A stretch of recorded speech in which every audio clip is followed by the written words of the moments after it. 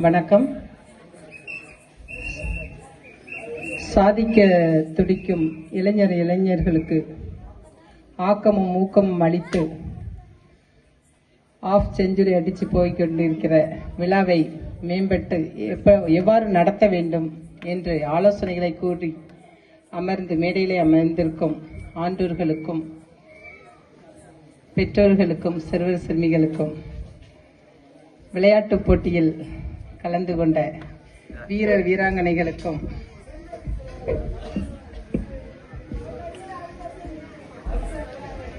எனது பணிவான வணக்கம். விட்ட நான் தம்பியை எடுத்து கொடுத்துட்டாப்ல. சொன்னாங்க ஒரு தலைவர்களை பற்றி, தேவர் திருமகனாரை பற்றி நம்ம சகோதரர் வேல்முருகன் அவர்கள் பேசினாங்க. அதாவது நம்ம தலைவர்களில் உள்ள சிறப்பு தல வரலாறு பற்றிய நிறைய மக்கள் தெரியாம இருக்காங்க.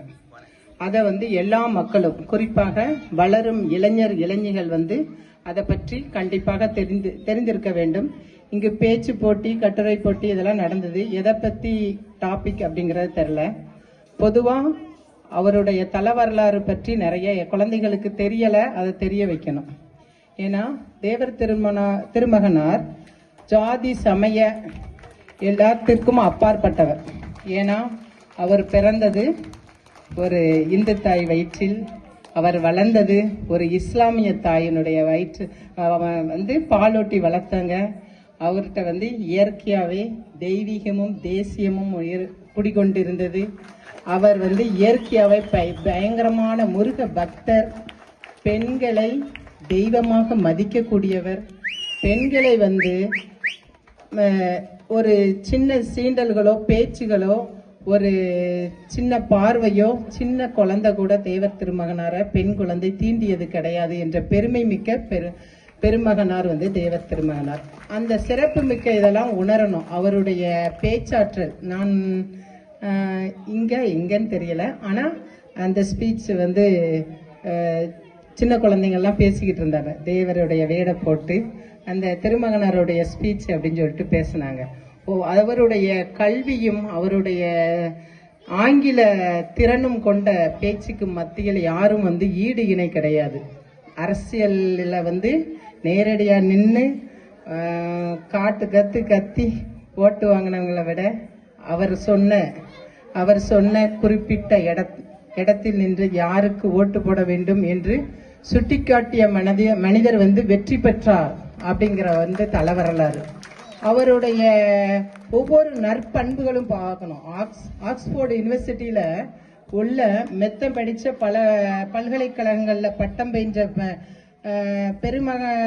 பெரிய பெரிய ஆண்களும் பெண்களும் போட்டியிட்டு வகுப்பு நடத்தக்கூடிய ஒரு ஆசிரியர் பெருமக்கள் கூட அந்த அளவுக்கு பேச முடியாது. அவருடைய பண்புகளையும் நம்ம பார்க்கணும். ஒவ்வொரு இடத்துலயும் அவர் பெண்களை மேலை நாட்டுக்கு போயிருக்கும் போது இவருடைய சொற்பொழிவாற்றல், அவருடைய இதெல்லாம் கேட்கணும். அவருடைய அரசியல் திறனையும், நேதாஜி சுபாஷ் சந்திர போஸுடைய வழித்தொன்றதெல்லாம் அவர் என்னெல்லாம் எடுத்து வச்சாருன்னு சில சொற்பொழிவுகளை கேட்கணும் அப்படின்ட்டு போகும்போது கூட அங்க உள்ள மேலை நாட்டுல உள்ள பெண்கள்லாம் அவங்க கூந்தலை விரிச்சு அவங்கள வரவேற்பதற்கு ஏற்பாடு பண்ணியிருந்தாங்க. ஒரு எங்களுடைய நாட்டில் பெண்களை நாங்க தெய்வமா போற்றக்கூடியவங்க.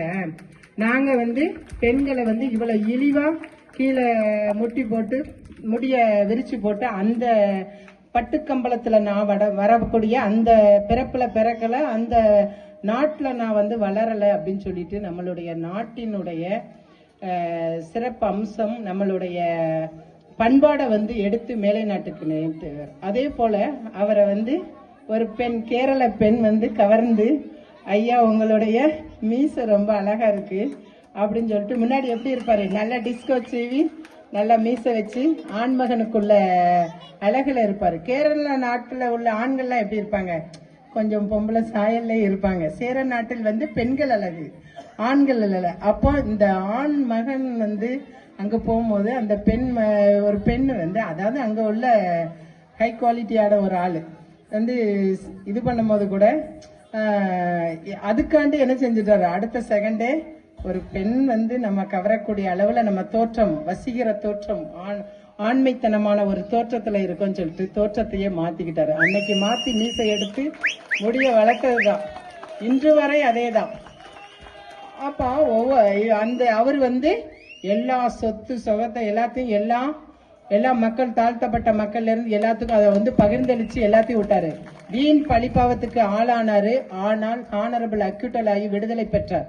அவருக்கு வந்து அவர் வந்து ஒரு சித்தர் முறையில வந்து அவரை அடக்கம் பண்ணி தெய்வீகமும் அவர் தேசியமும் அப்படிங்கிற ஒரு தேசிய தலைவரை தவிர அவர் வந்து ஜாதி தலைவர் கிடையாது. சமய சார்பற்ற ஜாதி, மத, இன, மொழி எல்லாருமே அங்க தேவர் ஜெயந்தி ராமநாட்டுல கமுதியில கொண்டாடுதாங்கன்னா எல்லா காவல் ஆய்வாளருமே நாங்க 5 நிமிஷம் அங்க போய் நாங்க வேண்டிக்கிடுவோம்.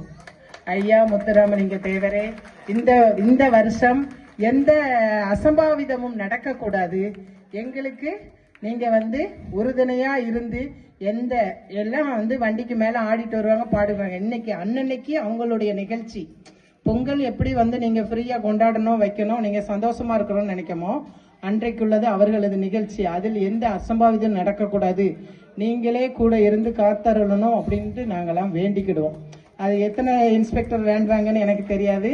நான்லாம் வந்து லாஸ்ட் 3 இயர்ஸ் நான் வந்து பார்த்திபன் ஒரு இன்ஸ்பெக்டர், நான் வந்து 2 குரு பூஜையுமே அங்கே சக்ஸஸாக முடிச்சணும். ஒரு சின்ன பிரச்சனை கூட இருக்கக்கூடாது அப்படின்னு சொல்லிட்டு அதை முடிப்பேன். அதை போல ஒவ்வொன்றும் இங்கே பார்க்குற நம்ம வீரமங்கை வேலுநாச்சியார், சிவகங்கை சீமையில வந்து கைதரேலியை வந்து ஓட விரட்டினவ வந்து நம்ம வீரமங்கை வேலுநாச்சியார்.